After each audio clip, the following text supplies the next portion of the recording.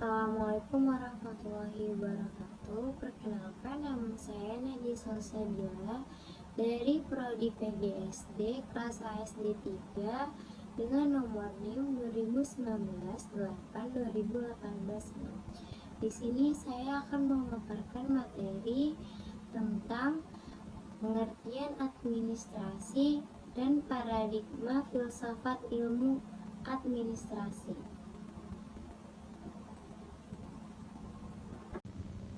Yang pertama, ada administrasi dan administrasi pendidikan. Kata administrasi menurut Daryanto berasal dari bahasa Latin, yaitu ad dan ministro. Ad mempunyai arti kepada dan ministro mempunyai arti melayani. Secara bebas dapat diartikan bahwa administrasi merupakan pelayanan dan pengabdian terhadap subjek tertentu dan adalah aktivitas-aktivitas untuk mencapai suatu tujuan atau proses penyelenggaraan kerja untuk mencapai suatu tujuan yang telah ditetapkan. Pengertian administrasi pendidikan. Menurut Ngalim Purwanto, administrasi pendidikan adalah segenap proses pengarahan dan pengintegrasikan segala sesuatu baik personal, spiritual maupun material yang bersangkutan dengan pencapaian tujuan pendidikan. Yang kedua, sumber daya administrasi pendidikan atau manajemen pendidikan. Sumber daya pendidikan adalah segala sesuatu yang dipergunakan dalam penyelenggaraan pendidikan yang meliputi tenaga kependidikan masyarakat, dana, sarana, dan prasarana. Dengan demikian, pengertian manajemen sumber daya pendidikan dalam arti luas dikelompokkan ke dalam 6 aspek dan sering disingkat sebagai 6M, yakni yang pertama ada men atau manusia atau sumber daya manusia merupakan unsur pertama yang menjadi bahan kajian MSDP berkaitan dengan kegiatan organisasi. Dalam perspektif MSDP, SDM merupakan kedudukan yang sangat strategis, penting, dan menentukan. Karena itulah manusia yang mengatur segala sesuatunya dalam organisasi. Begitu urgentnya posisi manusia sehingga secanggih apapun alat-alat yang dimiliki suatu organisasi, maka organisasi itu tidak akan mencapai hasil yang maksimal tanpa diisi oleh SDM yang bermutu. Untuk mendapatkan SDM yang berkualitas, sebagaimana dimaksud tersebut, maka satu-satunya jalannya adalah pendidikan. Yang kedua, ada metode. Menurut Komaria dan C.P. Triyatna, dalam pendidikan lebih dikhususkan pada metode pembelajaran, yaitu cara-cara, teknik, dan strategi yang dikembangkan di sekolah dalam melaksanakan proses pendidikan. Hal ini diimplementasikan dalam bentuk kurikulum yang selalu berkembang dalam periode tertentu. Yang ketiga ada material. Menurut Komaria dan C.P. Triyatna, sarana dan prasarana adalah barang-barang atau materials, yaitu bahan-bahan fisik yang dipergunakan untuk mendukung PBM di sekolah guna membentuk siswa seutuhnya. Barang-barang tersebut berupa sarana dan prasarana, alat-alat pendidikan, dan media pendidikan. Sarana umumnya disebut site, bangunan, building, dan perlengkapan yaitu equipment. Mining. Zilme menyatakan bahwa manajemen pembiayaan pendidikan tidak hanya menyangkut analisis sumber-sumbernya saja, tetapi juga penggunaan biaya tersebut secara efektif dan efisien. Selanjutnya ada machines, yaitu menurut Komaria dan C.P. Triyatna adalah seperangkat alat yang mendukung terjadinya PBM. Hal ini juga dapat berupa teknologi komputer, radio, televisi, mobil, dan media-media yang menggunakan teknologi. Selanjutnya ada market, adalah upaya untuk memperkenalkan produk, baik produk dalam bentuk barang maupun dalam bentuk jasa kepada konsumen. Selanjutnya ada tujuan administrasi pendidikan menurut Sergio Vanni dan Carver, yaitu secara garis besar tujuan administrasi pendidikan adalah untuk mencapai tujuan dari pendidikan itu sendiri atau sebagai alat untuk mencapai tujuan pendidikan. Ada 4 tujuan pendidikan, yaitu yang pertama efektivitas produk, kedua efisiensi, ketiga kemampuan penyesuaian diri, keempat kepuasan kerja. Nah, dapat disimpulkan bahwa maka tujuan administrasi ini adalah agar semua upaya dalam pemanfaatan berbagai sumber daya dapat dilaksanakan dengan efektif dan efisien dalam pencapaian tujuan pendidikan. Dalam konteks pendidikan di Indonesia, administrasi pendidikan adalah substansi dari sistem pendidikan nasional. Dengan begitu, maka tujuan adalah mendukung tercapainya tujuan pendidikan nasional. Selanjutnya, paradigma filsafat ilmu administrasi. Falsafah atau filsafat adalah kata yang diadopsi dari bahasa Arab yang diartikan sebagai hakikat atau hikmah. Filsafat diartikan sebagai suatu pandangan kritis yang sangat mendalam sampai ke akarnya mengenai segala sesuatu yang ada. Maka, filsafat mengajarkan dan memberikan pengertian dalam penggunaan sebuah ilmu haruslah diiringi dengan kebijaksanaan. Filsafat administrasi adalah berpikir secara kritis, matang, dan mendalam terhadap hakikat dan makna yang terkandung dalam materi ilmu administrasi. Di dalam ini ada dua perspektif yang berbeda. Yang pertama, administrasi sebagai ilmu dalam kajian. Administrasi selalu mengikuti alur pemikiran manusia yang dilakukan secara radikal, menyeluruh, rasional, dan objektif. Begitu pula dari segi pendekatan spekulatif. Administrasi sebagai ilmu berada pada posisi yang tidak mutlak dan terdapat ruang untuk berspekulasi dalam pembangunan ilmu administrasi itu tersendiri. Yang kedua, administrasi sebagai pekerjaan.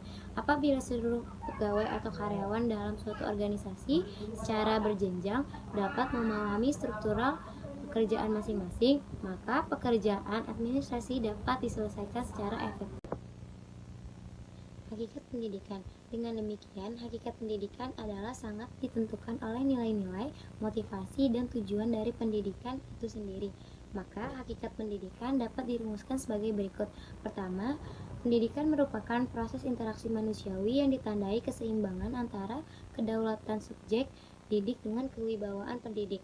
Kedua, pendidikan merupakan usaha penyiapan subjek didik menghadapi lingkungan yang mengalami perubahan yang semakin pesat.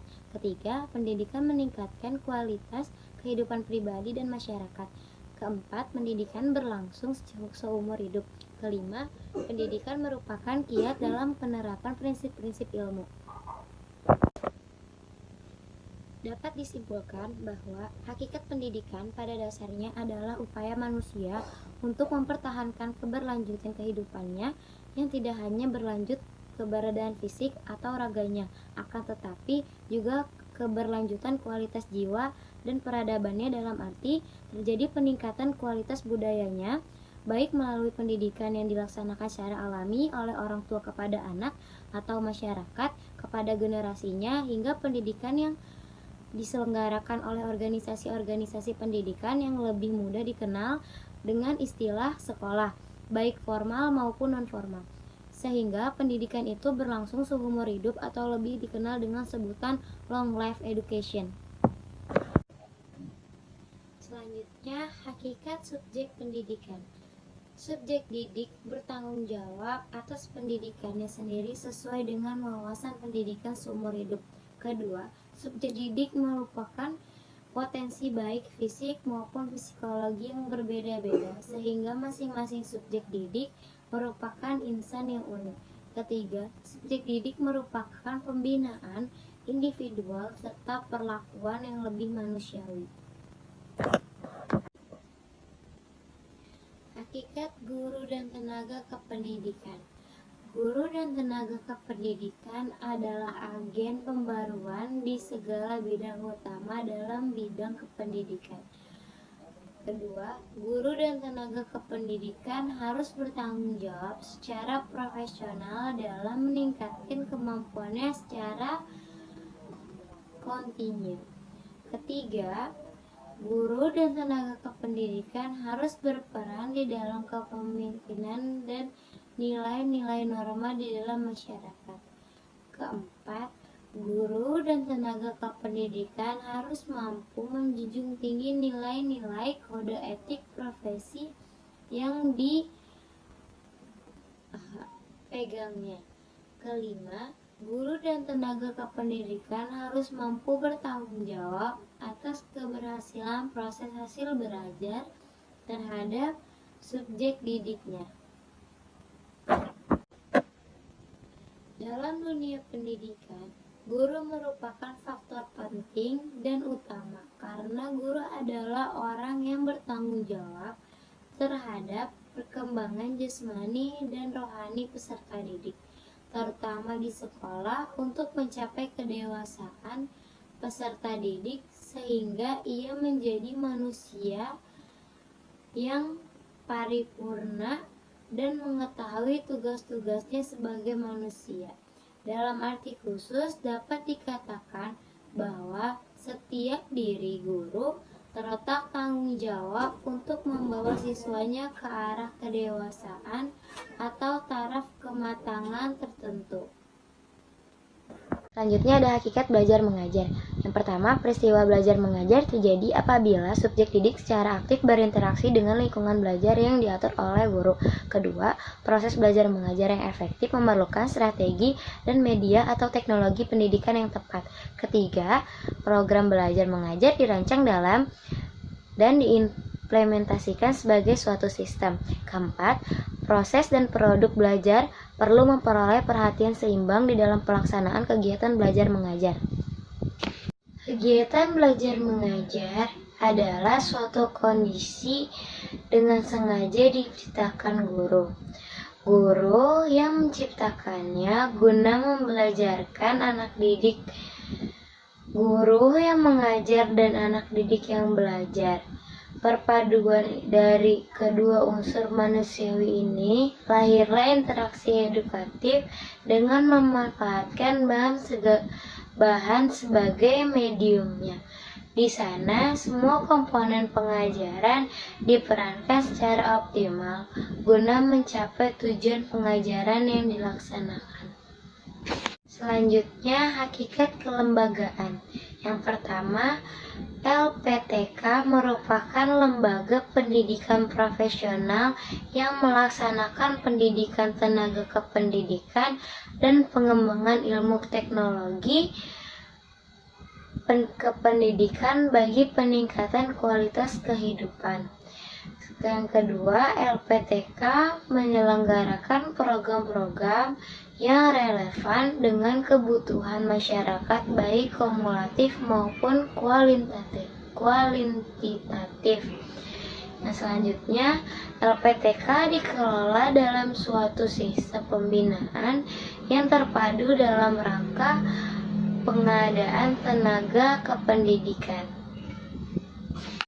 Dapat saya simpulkan dari materi yang saya paparkan tadi, yaitu administrasi adalah merupakan serangkaian kegiatan-kegiatan yang berupa pelayanan yang diberikan sekolah mencakup bagaimana pelaksanaan belajar mengajar agar dapat memperlancar proses pembelajaran itu sendiri. Maka itu pentingnya administrasi pendidikan yang ada pada sekolah merupakan bagian dari proses pembelajaran itu dengan mengetahui poin penting, yaitu teknik, metode, serta pelaksanaan administrasi. Selain itu, fungsinya sebagai membantu pembelajaran. Penerapan dari administrasi itu sendiri juga perlu dilaksanakan karena telah termasuk bagian yang sudah direncanakan dan disepakati bersama untuk mencapai tujuan dari proses pembelajaran itu. Saya membuat video ini untuk memenuhi tugas UTS saya dari mata kuliah administrasi pendidikan. Saya mengambil dari kelompok 6, yaitu kelompok Devi Adinda, Rati Amriani, dan juga Tiara Anindita. Sekian materi yang telah saya paparkan, kurang lebihnya mohon maaf. Billahi fisabilillah, wastabiqul khairat. Wassalamualaikum warahmatullahi wabarakatuh.